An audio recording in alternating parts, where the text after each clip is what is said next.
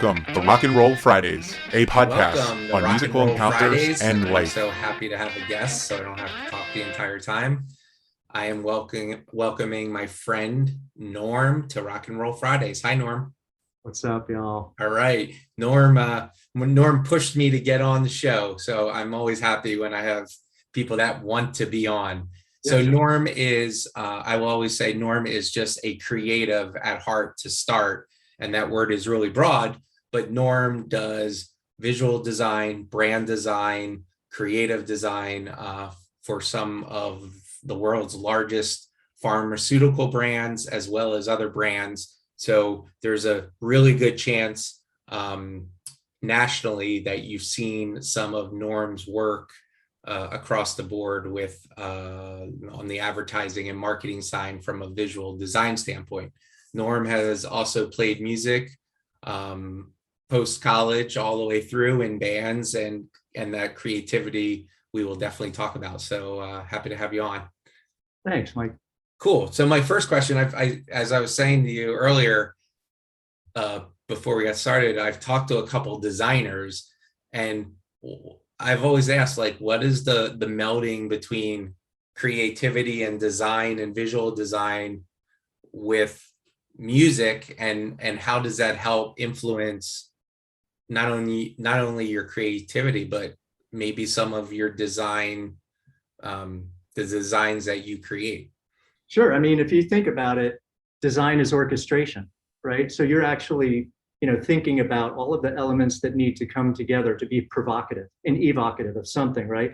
And I would challenge anybody to find a designer that doesn't throw on cans and just like listen to great music while they're doing something, right? It's intrinsic.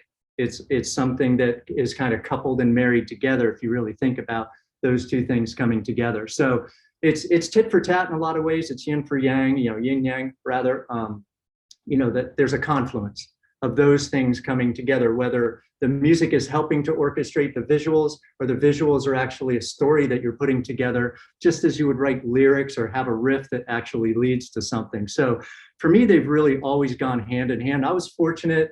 My dad was in the Navy, so I was a military brat, and we lived in Italy for a while. And there was this woman, Gilda, who was like this just incredible fine artist.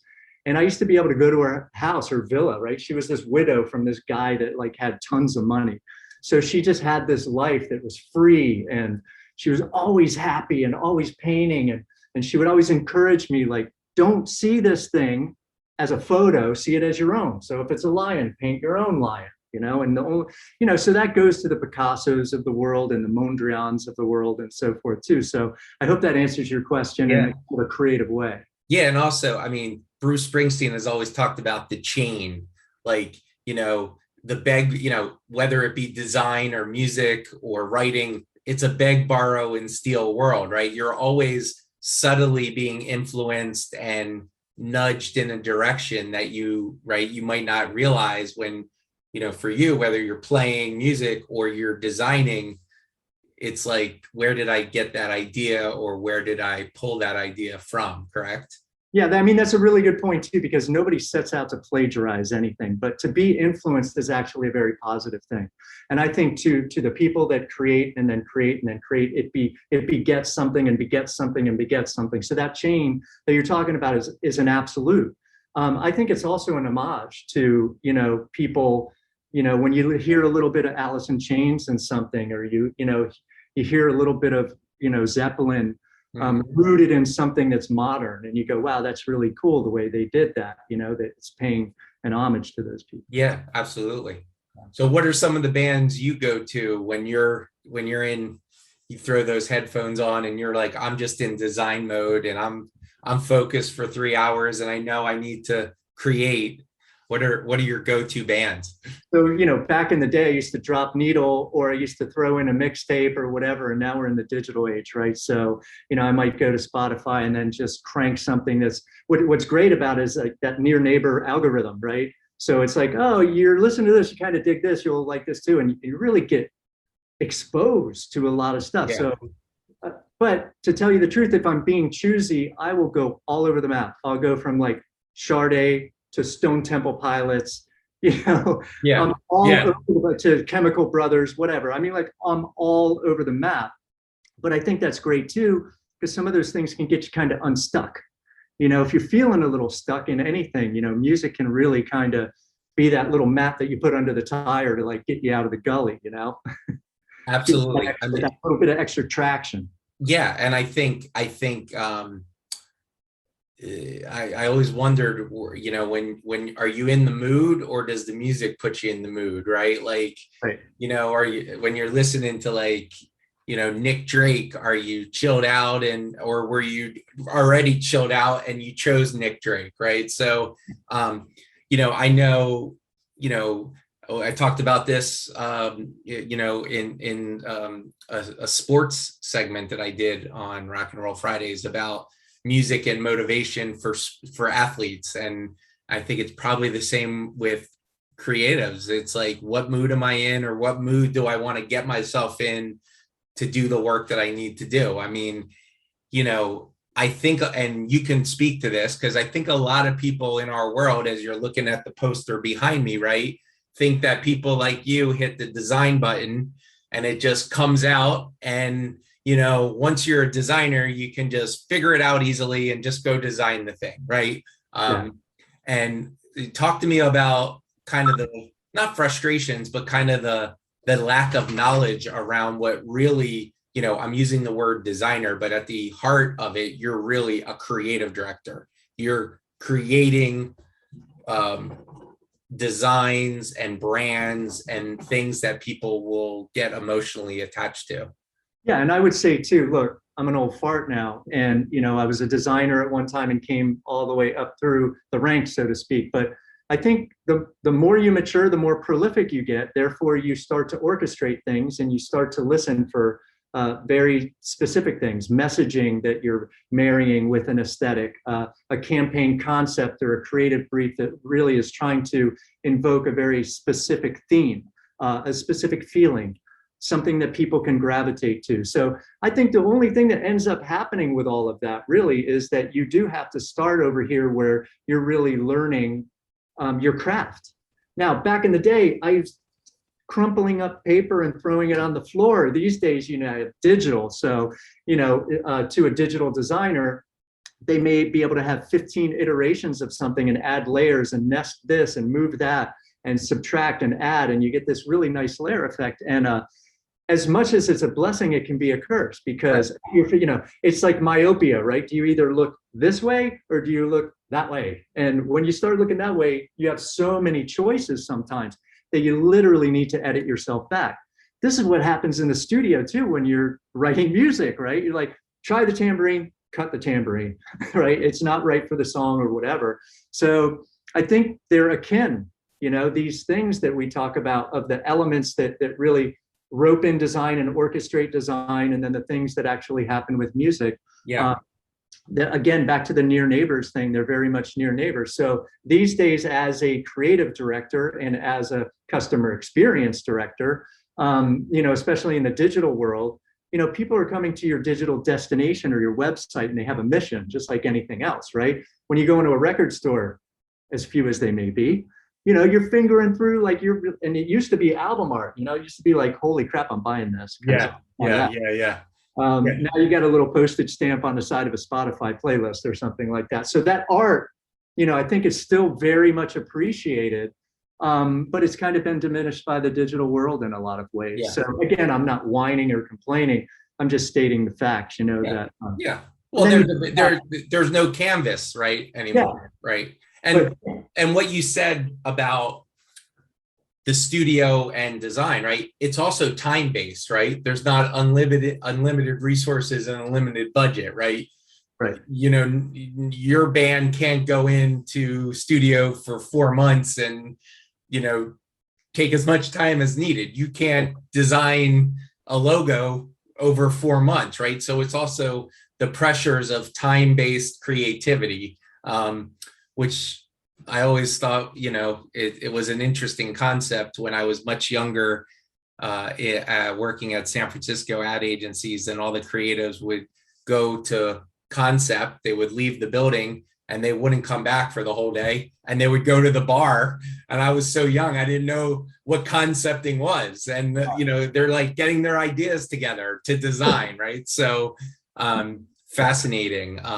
Talk to me about some of the music you play, the style, instruments, and some of the bands that you've been in, and kind of where that journey has taken you.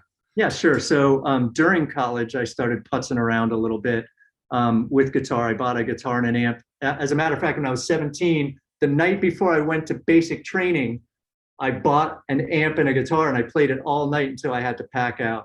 Then when I got to the Art Institute in Philly, I had my room, and I started playing to albums, actually. So I'd be like, all right, drop needle on Judas Priest, and then I just figure out all the chords and everything. So that's kind of how I really started learning.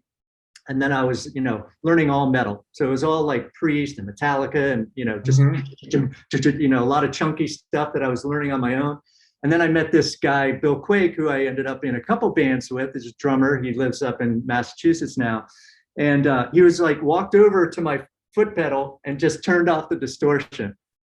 Went back to his drum kit and started playing. It was like, there you go. Now you got to stop cheating. And started doing more like jingly jangly, like the Smiths and REM and all that kind of stuff. Bought a Rickenbacker, got in a band called The Endings, which was really fun with my friend Jeff, and all original music, right? So a couple rules that I always had after I got out of my bedroom and started playing, in bigger rooms where you could actually hear. You can't suck. Right?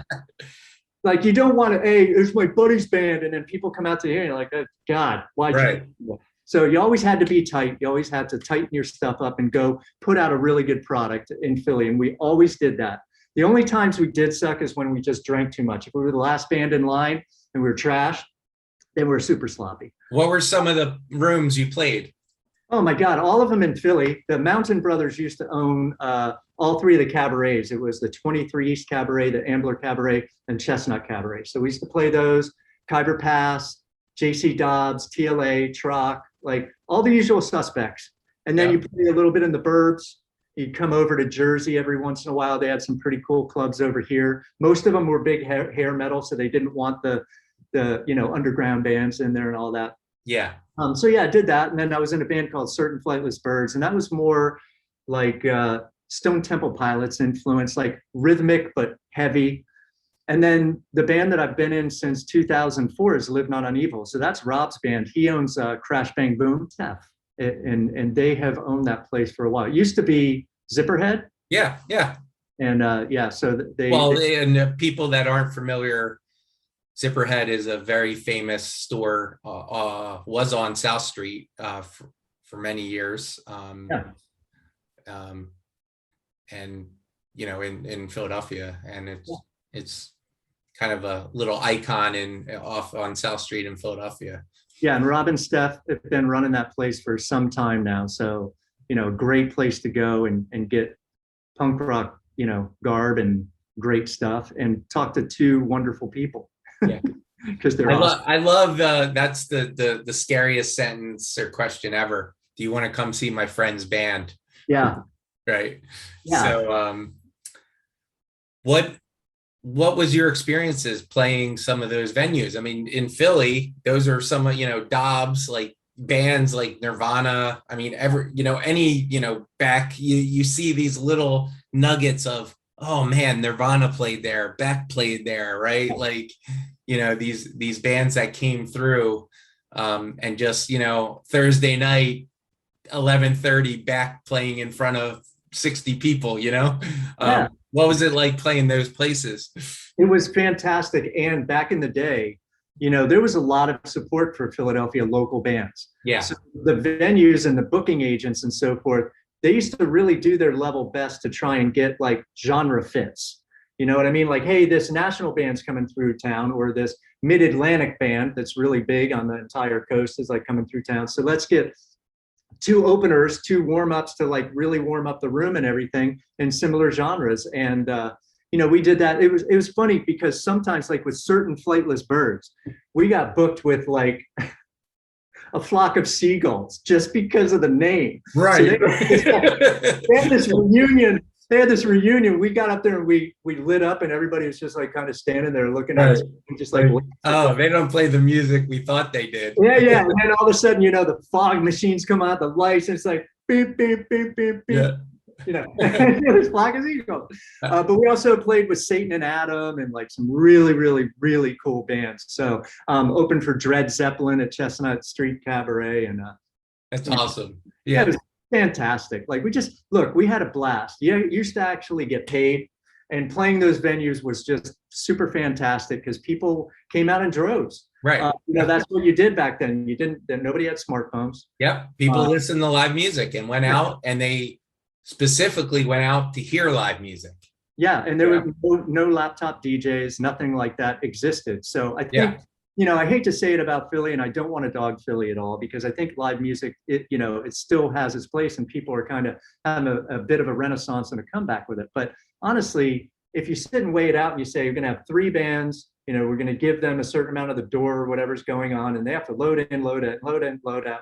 And then you just go, or I get a laptop DJ, comes in here, sets up in 5 minutes, plays, and then leaves, and everybody gets to ask for the music they want. I understand like the convenience of all of that. Right. Yeah. Yeah. Absolutely. All of those kids that have been following Dave Grohl and being like, yeah, I could, everything can be really cool, and I can be, no.